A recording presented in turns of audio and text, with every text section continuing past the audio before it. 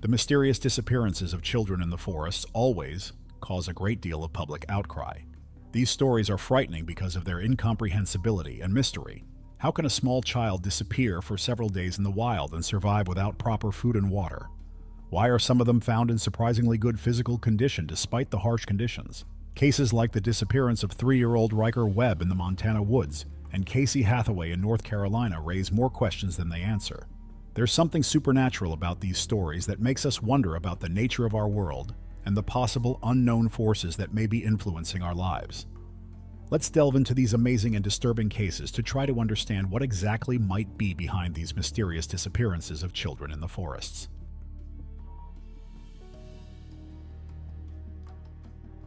In June of 2022, one of the most mysterious and discussed cases occurred: the disappearance of little Ryker Webb. This story caused a storm of emotions and many questions. How and why did the little boy disappear? What really happened? And what events unfolded around this case? People disappear in the forests all the time. In fact, it happens more often than you might imagine. However, the evidence and circumstances surrounding some of these cases, including Ryker's disappearance, are unusual and mysterious to say the least. Many aspects simply do not add up to a logical chain. The day of Ryker's disappearance was not something out of the ordinary. Everything was perfectly normal. Ryker Webb was playing in the yard with his father and dog, running around, frolicking, doing typical 3-year-old things. The story goes that in the middle of playing with his dog and the father, Ryker wanted to take a break and go around the yard looking for insects. Ryker is not alone in his love and interest in insects. Children are very interested in insects, so Ryker ran around the yard, picked up stones, dug in the ground, trying to find insects. The weather was nice. The sun was shining. It was a perfect day for this. While he was looking for insects and turning over stones, his father went back inside to look for something.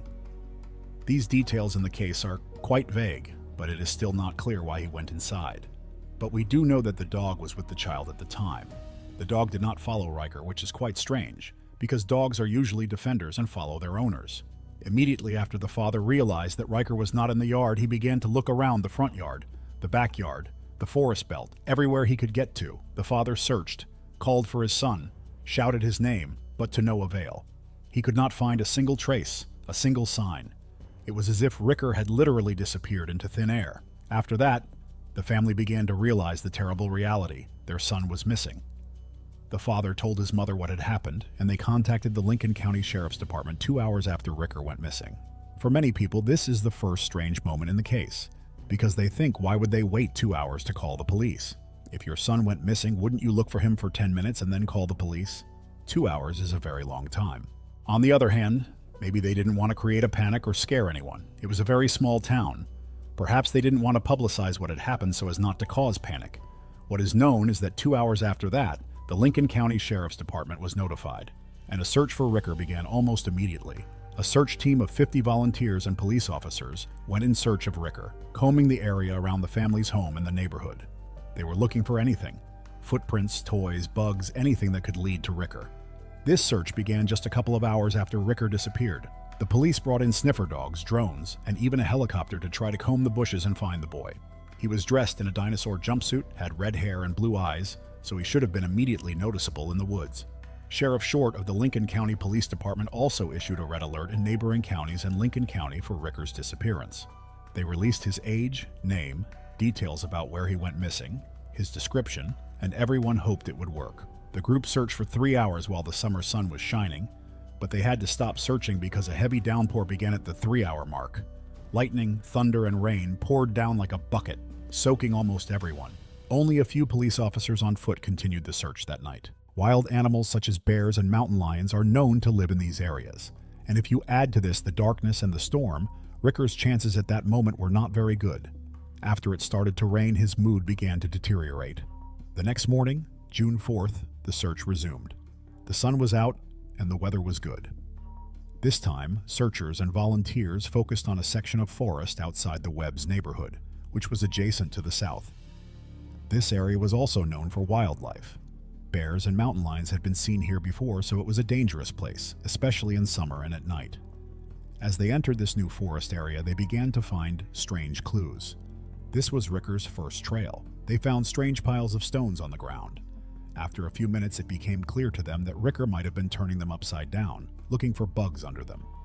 Then he probably just randomly threw these stones in different places. This was quite strange because it would have been difficult for a 3-year-old child to pick them up, as they were not very light. There was no sense of direction in these stone footprints, so it didn't seem like he was deliberately leaving them.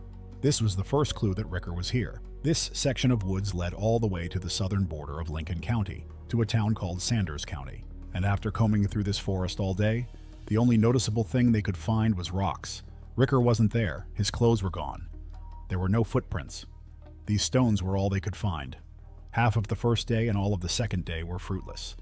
And then, on the morning of the third day, the Lincoln County Sheriff's Department received the long-awaited call. Ryker had been found. He was alive and in a barn, 2.5 miles from his home in Lincoln County. The barn was located on a stretch of road known as Pine Ridge Road and crossed the border between Sanders and Lincoln counties. The total distance from where the child went missing to the barn where she was found was 2.5 miles. Investigators and witnesses immediately had questions. How did a 3-year-old boy in onesies manage to survive 2 full days and a night in the Montana woods in the rain, thunderstorms, and lightning without food or water? After Sheriff Short called the Lincoln County Police Department and received information about the child, he personally went to Sanders to make sure it was indeed Ryker and that he was okay. When he arrived, he saw a boy who was scared and a little upset because he didn't know where his parents were. Ryker Webb only had a few bruises on his face and scratches on his legs. He was a little shy, but Sheriff Short thought it was because of the presence of the men in uniform. After Sheriff Short reassured the boy that they would return him to his mom and dad, he calmed down and started to look more lively. Then Ryker was put in the back of an ambulance, and that's when the famous photo was taken, the first one after his disappearance. In the photo, he looks tired and scared. The people who found Ryker were equally shocked by his appearance. They found him in a random shed on the outskirts of their property. At first, they heard sounds from inside the barn and thought it was an animal trying to get out. When they opened the shed, they saw a terrified child in the corner. Ryker was returned to his parents and taken to the hospital for examination. Police gathered information to find out what happened. The Lincoln County Sheriff's Department is not accusing the parents of negligence, but believes that leaving a child unattended in a backyard in Montana is dangerous. According to police, Ryker got tired of playing in the yard and went to the nearby woods. The dog did not follow him, and the boy continued to wander until he got lost. Eventually, he found a barn and hid there from the weather. After walking 2.5 miles, he found shelter and stayed there for a day and a half. However, it remains unclear how a 3-year-old child managed to cover such a distance in difficult conditions and remain in relatively good physical shape. Perhaps someone fed him food and water, or he found food and water himself. Some believe that the child could have been abducted and left in the barn by an intruder. Ryker's case is being compared to that of Casey Hathaway from North Carolina, a 3-year-old boy who went missing and was found 2 days later in the woods. Casey said that he spent 2 days with a bear, which also raises many questions and guesses. The mysterious disappearances of Ryker Webb and Casey Hathaway have a lot in common. Both boys disappeared for several days and were found in strange places with almost no injuries and not too much fear. These stories give rise to many theories, but there are still no concrete answers.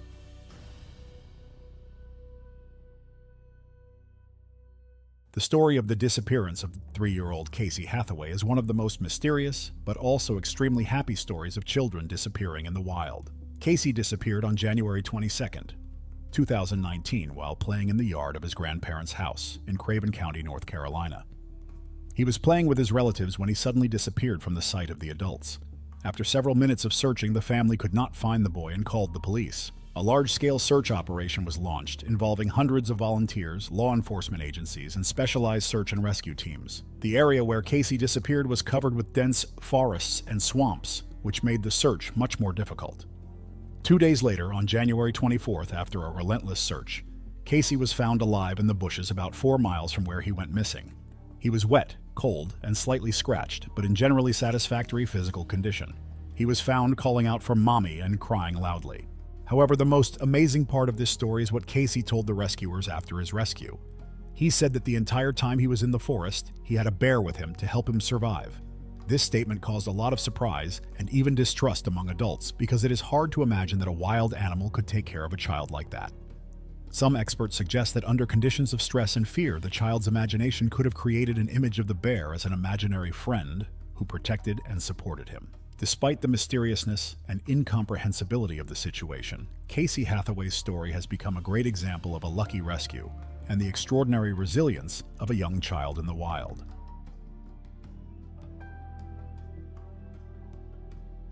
In June of 1969, 6-year-old Dennis Martin and his family went hiking in the Great Smoky Mountains National Park, a mountain range that stretches along the border of Tennessee and North Carolina in the southeastern United States. The name of the Great Smoky Mountains comes from the natural fog that often hangs over the ridge, looking like large smoke plumes from afar. Interestingly, this fog is formed due to chemicals released by the local flora, namely volatile organic compounds, VOCs, which evaporate easily at normal temperature and pressure. However, even knowing the scientific explanation for this phenomenon, seeing all this fog swirling on the hilltops is a truly picturesque sight. The Martin family, originally from neighboring Knoxville, Tennessee, had a long tradition of celebrating Father's Day by hiking in the Great Smoky Mountains. And in 1969, young Dennis made his first trip to the mountains. Accompanied by his father, older brother, and grandfather, they drove to Cades Cove, an isolated valley located in Tennessee, and then headed to Russell Field, where they pitched a tent and began preparing for their first night outdoors. The next morning, they set out for a place known as Spencefield, a scenic high mountain meadow and popular camping spot that is crisscrossed by the rolling hills and jagged mountain peaks of the Appalachian Trail. When the group arrived in Spencefield, Dennis and his older brother set out to explore the campsite and reportedly interacted with many other campers who had pitched their tents nearby. This is how they met a diverse group of children of other campers who quickly became friends with the Martin boys. Dennis's father was happy to see his son get along so well with other children, and his son's activity allowed the adults to do an important job, assembling a tent for 4 people. When the task was completed, Dennis was still playing with a group of other children, and his father says he watched as the group happily took up hiding places from which to playfully attack a group of adults approaching the tent. When the adults entered the children's imaginary kill zone, they all jumped out, growling and roaring like wild animals, and ran at their laughing parents, all but one, except for little Dennis. His father watched with growing concern as the seconds ticked by, and Dennis still didn't come out of his hiding place. Finally, he got up from his camping chair and walked to the spot where he had last seen his 6-year-old son and began calling his name. But what began as a stern parental order soon turned into frightened pleas, and as he continued to call out in desperation, the other families began to realize that something terribly wrong was happening. As soon as Dennis's grandfather learned that his son was missing, he immediately organized a search, sending one group with his son 2 miles up the Appalachian Mountains while he led another group back to the Cades Cove Ranger Station, where they arrived around 8 p.m. that evening. This was the beginning of a large-scale search and rescue operation that gained wide publicity. The National Park Service was joined by National Guard soldiers and even a Green Beret unit. At the height of the search, more than 1,400 people worked in the several square miles around Spencefield, but they were unable to find any traces that would help them find the missing boy. After the operation was completed, the search efforts were harshly criticized by search and rescue experts. They argued that the large number of people involved in the search could have potentially trampled over and damaged the tracks on the ground, which was already difficult to traverse due to heavy rain.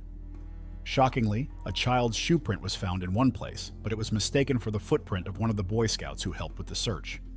However, investigators later found out that the footprints belonged to a child who had lost one shoe. This shoe disappeared on the bank of the creek, and some suggested that it might have belonged to Dennis. This theory was confirmed when a discarded child's shoe and sock were found just 3 days later.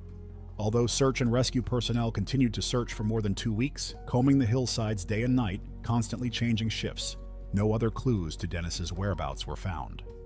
The Martin family, so desperate for answers, offered a $5,000 reward for any information that would help them reunite with their beloved son. This attracted the attention of several so-called psychics who, some might argue, sought to capitalize on the Martin family's grief and possibly make money from it by giving them a clue as to where to look. Surprisingly, none of these psychics proved useful. A long time later, in 1985, a man who was probably illegally collecting American ginseng in the park claimed to have come across the skeletal remains of a child while exploring the forest. The man admitted that he should have reported the discovery, but was afraid of prosecution for his illegal herb gathering. Not only that, but he was also unable to tell investigators the exact location where he found the bones. There were many theories about what happened to young Dennis Martin that day. Most detectives, both amateurs and professionals, believed that Dennis probably got lost looking for a hiding place. and may have even forgotten the way back to the camp when he left it. Either way, Dennis could have wandered further away from the camp and easily fallen into one of the many steep slopes or ravines that dot the area around Spencefield. However, Dennis was wearing a bright red t-shirt when he went missing, so it would have been difficult for search and rescue teams to miss him. To go unnoticed in a t-shirt like that, Dennis would have had to completely cover himself with leaves, and while that is possible due to his small size, the likelihood of that happening is extremely low. Others are quick to point out the presence of black bears in the area, as well as copperheads and feral pigs, which would have posed a significant threat to 6-year-old Dennis. Park rangers told the investigating police that just 2 weeks ago a skinny bear had been caught in a boar trap in the Spencefield area. Although the bear was safely released, this incident suggests that it may have been looking for food and was forced to turn to an atypical source. However, as tragic and cruel as the above theories are, Dennis's father believes there is something much more sinister. He relies on the testimony of an eyewitness, Harold Key, who claims to have heard a loud scream on the very day Dennis disappeared. Dennis's father is firmly convinced that his son was abducted by a predator who seized the opportunity. Shortly after he heard the scream, Harold Key claimed to have seen an unkempt, shaggy man with a wild beard running through the woods, apparently trying to remain unnoticed by nearby campers. Harold's family added that they saw a flash of red on the shoulders of this figure, which some believe may actually have been Dennis, slung over the shoulder of this mystery man as he carried him. Harold later speculated that the man might have been a moonshiner, which would explain his reluctance to be seen. Despite this testimony, FBI investigators ultimately rejected it, stating that although Harold was sincere, his story was patently unreliable because he had broken the chronology of events. One retired park ranger regretted the failure to properly track down the tracks or traces of this burly man, arguing that since the location where he was seen was downhill from where Dennis disappeared, the distance could have been covered in that time, even carrying a child, but that this person must have had impressive strength, cunning, and endurance. If so, who was this hairy, mysterious man, this bearded traveler, who was apparently capable of such an impressive physical feat even if it was a despicable child abduction? Given the lack of investigation into his appearance and his trail, it seems that we will never know. That's all. Write your own opinion about these mysterious disappearances, and like if you liked it. See you soon. Bye.